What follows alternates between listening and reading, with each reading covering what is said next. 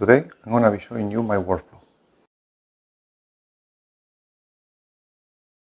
Hi, I'm Martin Scalzotto. I'm a lead animator at DNEG. I've been in the animation industry for 16 years and I'm going to show you how I animate every day. To start, I came up with 10 steps of the kind of workflow that I work on every day. And I don't know how I came up with 10 steps, but at least it's going to be easier to follow and easier to explain as well. So the shot that you're going to see now is a shot that I did back in 2023 when I did Animation Collaborative, but I'm going to show you exactly the same process that I do in any animation production. The first step will be finding the right idea.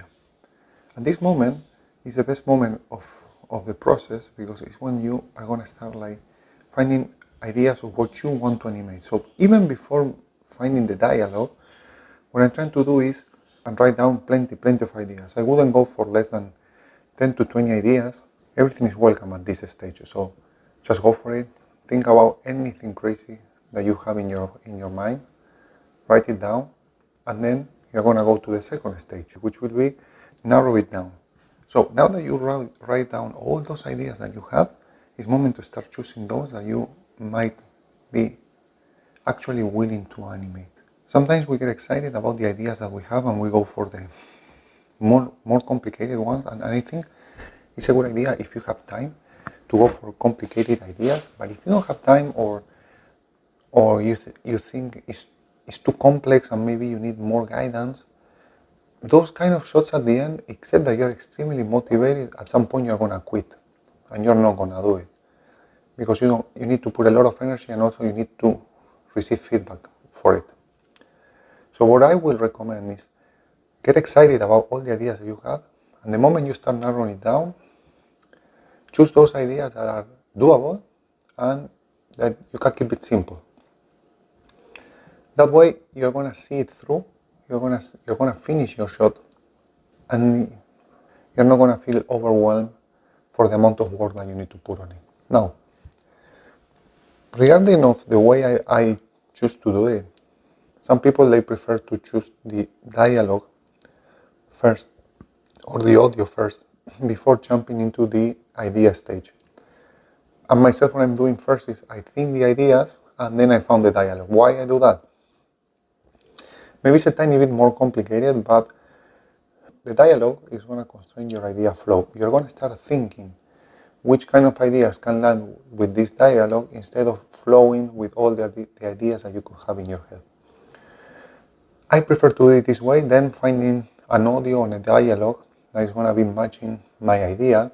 Sometimes it's a tiny bit harder, but if you have an idea in a context, you can go and find dialogues that are in that context. Ideally, try to don't find dialogues that are really well known, or they could be easily spot because the audience can easily spot and that is going to throw them away. So it's better to choose dialogues from places that are not as well known as big movies. Choose those ideas that you're excited about, find the dialogue that you want to put on that, and then we can pass to the third stage, that will be doing your thumbnails. In this stage, I'm not good at drawing. You're going to see in this drawing that I'm showing you right now. In the thumbnail stage, what I try to do is try to connect myself with that dialogue or with that audio. So what I try to do is how my character is going to feel and what I want to convey with this shot that I'm doing right now. So those thumbnails that I'm doing there is I'm going to write down the dialogue, or I'm going to write down the most important parts of the audio, and that way I'm going to start doing some small drawings and notes that are going to guide me through in my head what I want to do in my reference or which kind of reference I want to find for the kind of emotion that I'm trying to convey. All the thumbnail process just helps me to visualize in my head the animation that I want to do later on. That doesn't mean you're going to stick to it in the reference process. Probably in the reference you're going to find more stuff because you're going to start moving around more comfortable. But it's true, at least give you an idea of how the character feels, and internally you can start thinking about it and you can start feeling those emotions that you want to convey in your reference. And with that done, with those thumbnails down, now we go to the fourth stage, which is shooting your references or finding your reference. In the reference stage, I will shoot as many references as possible, and I will try to find nuances to it, as you are seeing right now in the video. I try to put together a lot of references. I try to explore, I try to find different ways of acting it out. Even if I'm following those ideas from my thumbnails, now I'm trying to explore what the character is feeling, how my body reacts to that, which kind of emotions there are in the process. And after many tries, and I'm gonna shoot maybe around the amount of references that I need. I'm not gonna stick to it, to my first shot. And sometimes it happens as well, like the first time we do it, it looks amazing, but in my experience, you get more and more comfortable with the audio. Meanwhile, you are hearing it. So the more you continue to execute the reference, you're gonna see you become more flexible, you become more soft in your movements, and you start understanding better how the character feels. And then after many tries, I'm gonna come up with a final reference. And as you can see, the final reference is not gonna be just maybe, sometimes if it works, it's amazing that you have one reference and you don't need to edit it. But most of the time what I need to do is kind of Frankenstein this, kind of edit this with all the little pieces that I like from one reference to the next one. So I create just one reference that for me is working, and it's gonna be the idea that I want to show in my animation. In my references, sometimes I add some notes, it's like a mental help of what I want to convey in that moment. Sometimes days goes by meanwhile you're animating a shot, and maybe you start forgetting those things that were important for you at the beginning of the process. The shot evolves anyway, but at least to keep those ideas if for you are important at that moment. After I have my reference, I'm gonna go to Maya, and in the step 5, what I'm gonna do is I'm gonna set up my shot. What I'm trying to do is just to put on a camera that I think is gonna be the correct angle that I want to animate, and just stage my character. It's like a layout pass. And at this moment, what I'm trying to do is just put all those props that I think are gonna be useful for my shot, put the character in the position that I want to have it, how much of a character I want to see, which kind of camera I want to use. Of course, at this moment, I'm going to choose which kind of lens as well. In this moment, I'm using a 50, which is more like a television, a kind of, it's not completely deformed like a 35, like a fish eye, but it's a 50 to 70 is kind of more like a flat kind of lens. And I will just set up everything the way I want to see it in the final image. So from here, this is going to be my staging. And this is going to help me. You see there is no keys, it's just a staging. This is going to help me to understand the angle that I'm going to be animating. That being said, this is something that you need to keep in mind at the moment you're doing your reference as well. Ideally, you need to shoot your reference from the same angle that you want to see it in the animation. So when you go to your reference, please keep in mind the kind of camera you want to use. That way the physicality is going to feel correct in that angle, and you're going to struggle less to try to find the right performance, because a lot of things are going to be off if the camera is not similar. So as close as you are from the type of camera that you want to animate at the end, is going to help you more to move forward with the blocking. So now, once this is done and I'm happy with the staging, I'm going to go to the next stage, which is going to be pass off golden poses. So in this stage, what I do, I put my image plane inside Maya, and what I'm going to do now is going to choose those storytelling poses that I think are going to be the important moments. As you can see right now, I did some annotations in blue pencil. So this is going to be, of course, my first pose, because it's the moment that he's searching. Then the second pose will be around frame 60, which is in the moment like he's hearing. Then the third pose will be 107, which is the moment that he finally finds the radio station that he wants to hear.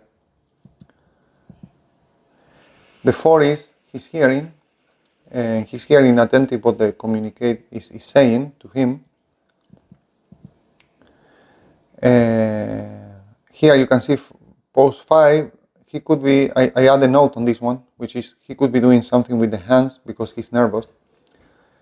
So that way, this is a mental note for me, and also he's hearing really attentive to the communicate. In this one, he's keep exploring inside his head, he's trying to understand and following what's going on with the announcement. Here is the moment that the war is over, so he realized, oh, the war is over. As you can see, the animation, the acting itself is a bit overacted, and I'm not thinking about exactly the same emotions, but this reference, what is going to help me is to understand the body mechanics mostly, like how I want my body mechanics to be working. Here, same realization, and then he kind of keep exploring inside his head, like he's trying to understand, and it's a thinking process at this point.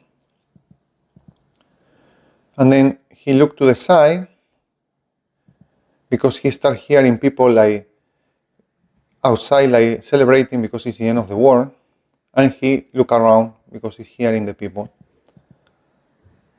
So these poses for me, they are kind of similar, but there is a change of position that for me I prefer to have it as well. And then it's like first he's surprised, then he's kind of getting used to the idea that this is over. Keep exploring, and at the end he go to check the picture where his son is in the picture. He pick it up and he contemplated and start crying. Basically, I divided all this shot, which is quite long, in 24 poses, golden poses. And with this in mind, what I'm gonna do, I'm gonna jump in Maya and I'm gonna start animating those golden poses. As you can see, in my first scene, what I'm gonna do is just put the reference behind and start adding all my golden poses. All this is gonna be mostly mechanics. I will start adding information in the face, but as well, again, the reference is gonna be mostly for mechanics for me, and all the information I'm gonna be adding little by little, and the shot is gonna be evolving for feeling. No, it's what I feel is the best for the shot. As well, as I said before, I'm not an actor, but I have an idea of what I want to convey with the shot, so I'm gonna try just to add those emotions on top of my mechanics, but the reference is a good point to see how the body works. Now, I'm not an old person either, so for this case, what I try to do as well is to imagine that my weight might be a tiny bit slower than normal. Maybe I'm too energetic for the age that I have, and the person who is like older might move a tiny bit slower than me. So then I'm going to start adapting to the animation. As you can see here, I'm doing my golden poses, but for example, all the energy that I have in this moment of the animation is not the same as I have in the reference. So he reacts, turn around, as you can see, I'm adding tiny bit more of the hands, nice posing. I want my posings to be as appealing as possible. I want my posing to be strong. And as you can see here, he reacts and starts realizing the war is over. As you can see in my reference, I'm overacting it. I'm going backwards. And here he just stays in place. And he gets happy because the war is over, but he doesn't move as much because, as I said before, I was a bit overacting my reference, so now I need to tune it down and think what is best for the shot.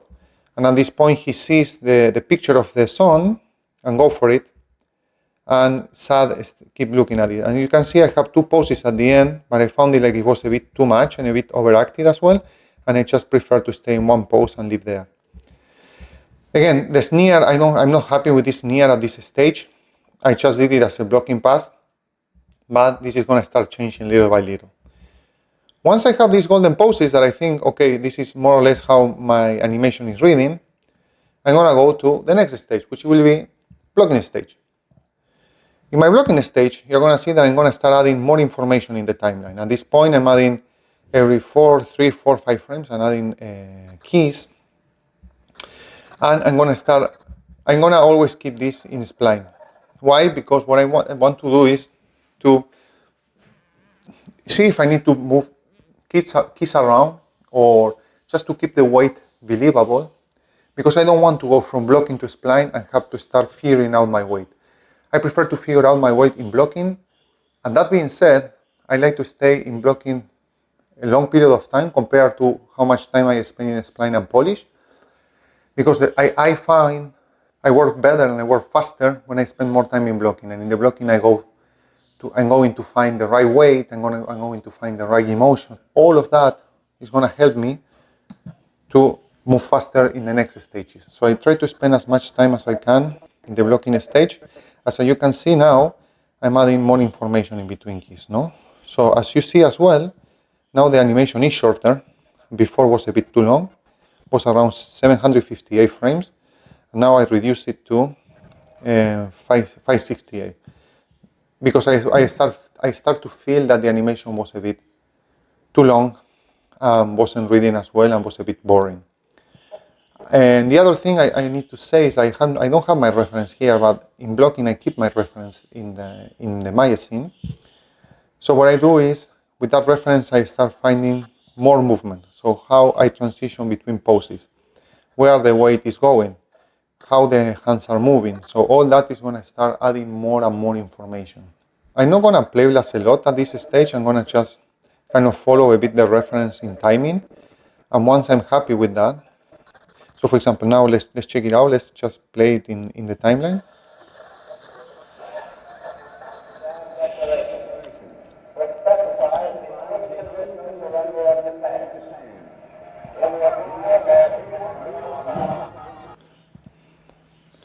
So now it feels a bit floaty and a lot of things going on, but I'm just trying to find the in-betweens and more poses, so how the things are going to start feeling. Once I have this pass, and more or less I'm happy with what I'm having, and probably I'm going to start shifting keys around to make it tiny bit more believable. I'm going to go to more like a blocking plus stage. And in the blocking plus, you're going to see that I reduced my timeline.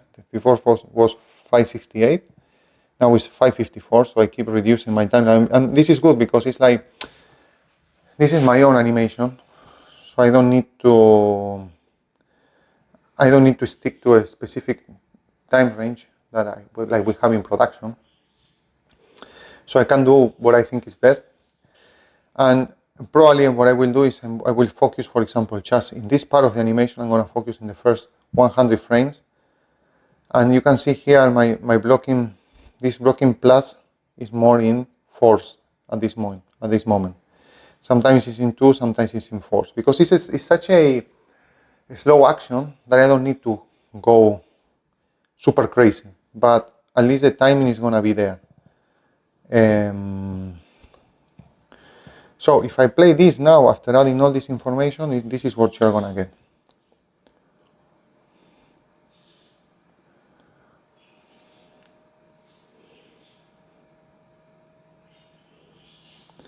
I start adding some breathing, I start adding some things going on in the face as well.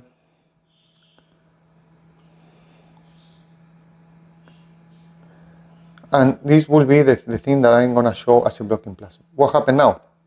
I show this to the person who is reviewing it, and if there are notes, at least my timing and most of the things are working, and if there are things that I need to redo, the only thing that I will do is I will select the chunk that I want to delete, and I will just delete that part of the animation that I need to redo. Most of the time what I do, which is easier for me, is delete and start over that area, because I find that if you start tweaking things around, it takes more time and it doesn't look as good.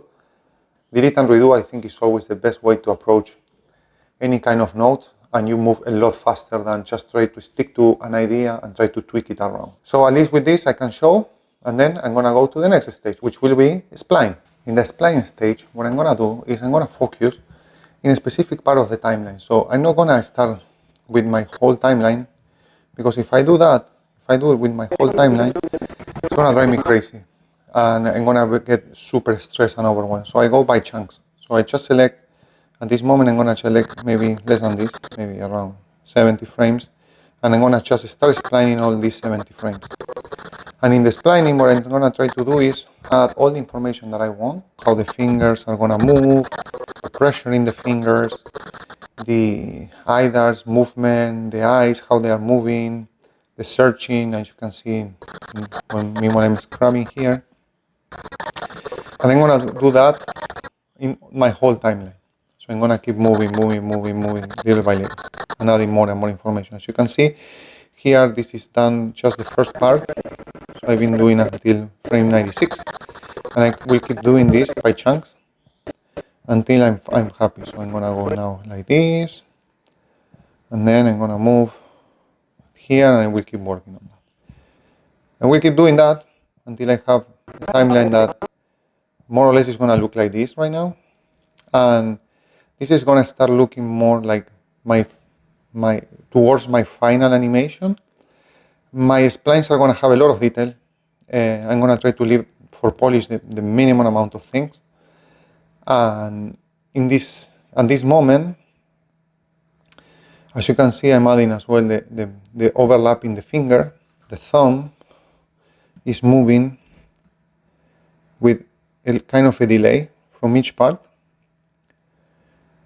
And then all the animation is going to be there, all of it, every kind of detail. Let's play it like this in the spline 2, and I'm going to tell you something else that I do, maybe in this stage or later on. So still there is a lot of movement that I might reduce in the next stage. But here I'm adding mostly all the information that I want to add.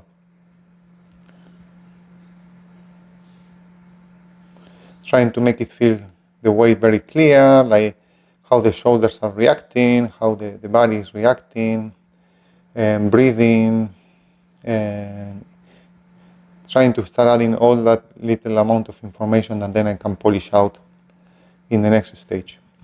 As you can see as well, I start adding some animation layers this is something that I do in this stage, which is, for example, this is the fleshiness in the face, no? So the eyes are going to move first, and then the eyelids and the backs are going to follow. So that's going to start adding some kind of a fleshiness to the face, and I'm going to start adding fleshiness in the cheeks and in other areas. And then eye darts as well.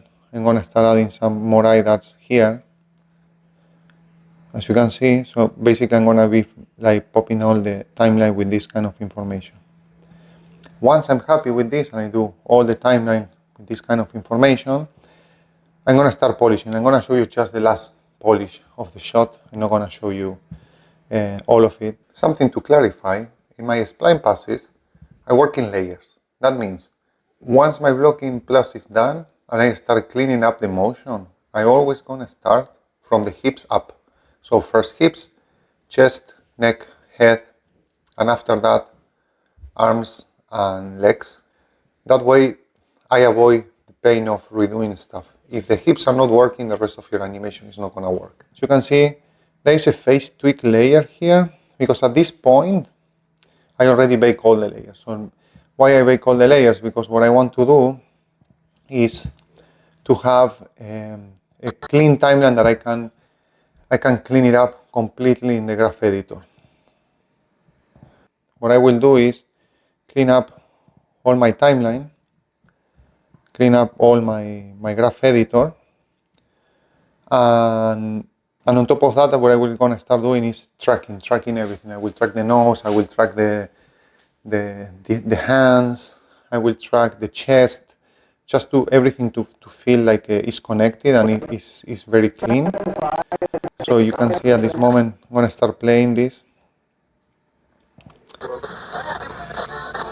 Declaration, which specifies the unconditional surrender. You can see there is some fleshiness in the eye going on at this point.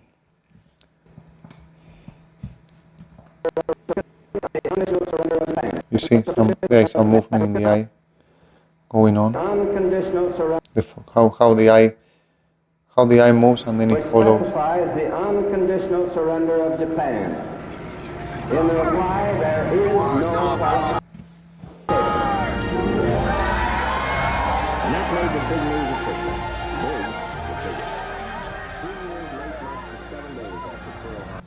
I will add as well some kind of more details in the eyes as well, like maybe half blinks, or anything that makes it believe a tiny bit more alive and fleshy. And then, so I start doing some face tweaks, and in this case, it's just for the mustache now because the mustache was covering too much.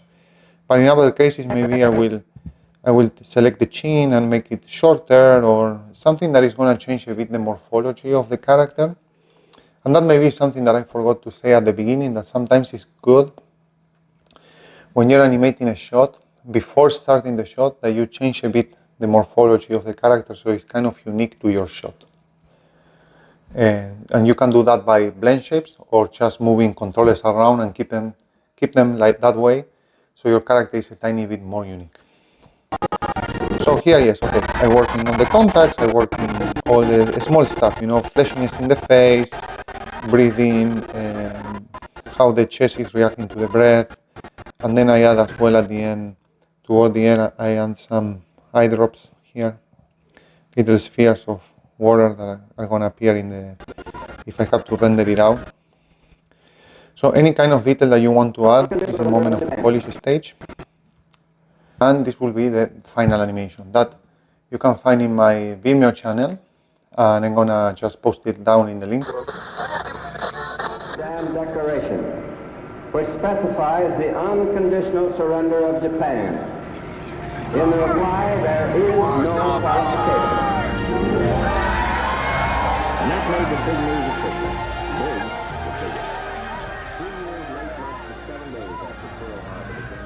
I hope you enjoyed this video, and in the next one I'm going to be talking about facial acting and how to do a facial acting from scratch, and in which kind of things you need to focus to make a good facial acting.